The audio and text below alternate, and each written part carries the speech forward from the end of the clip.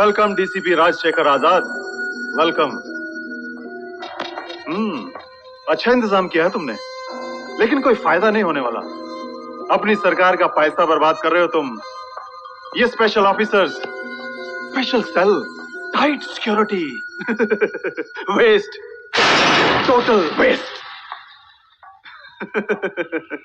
तुम मुझसे कोई सुराग या कोई सबूत हासिल नहीं कर सकते, अभी नहीं, कभी नहीं।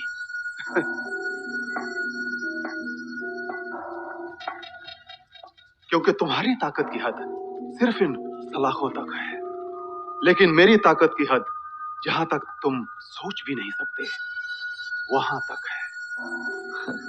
है नहीं थी कल तक, अब तेरी हद इस जगह तक ही है और तुझे बाकी की जिंदगी जो बहुत कम बची है यहीं गुजारनी है। डीसीपी आजाद, तुम एक मामूली से पुलिस ऑफिसर हो, पीएम या प्रेसिडेंट नहीं कि तुम जो चाहोगे वही होगा। लेकिन मैं जो चाहूं वो कर सकता हूं, क्योंकि मेरे पास मैन पावर है, मनी पावर है। मैं तो जब चाहूं यहां से बाहर जा सकता हूं। वसीम खान, ये तेरी खाला का घर नहीं है कि तू जब चाहे आए जब चाहे चला जाए।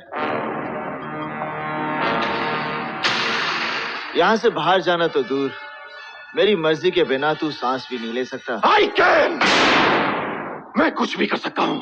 मैं यही तुम्हारी आंखों के सामने रहकर तुम्हारे मुल्क को बर्बाद कर दूंगा, क्योंकि तुम्हारे मुल्क में बिकने वालों की, पैसों के लिए गद्दारी करने वालों की तादाद बहुत ज्यादा है। उससे भी ज्यादा तादाद है देश के लिए कुर्बान हो जाने वालों की।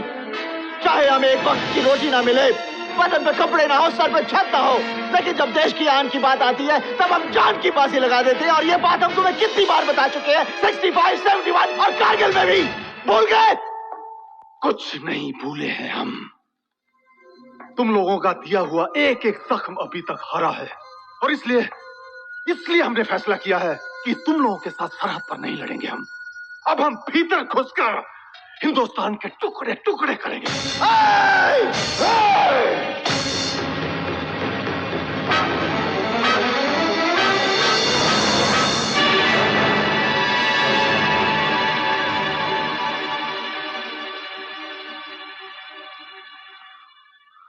तू जिंदा इसलिए है क्योंकि मेरी कस्टडी में है।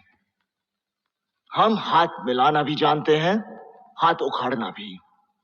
हम गांधी जी को भी पूछते हैं, चंद्रशेखर आजाद को भी। मैं भी पहले प्यार से समझाता हूं, फिर हथियार से। तू किस तरह समझना चाहता है, फैसला कर ले।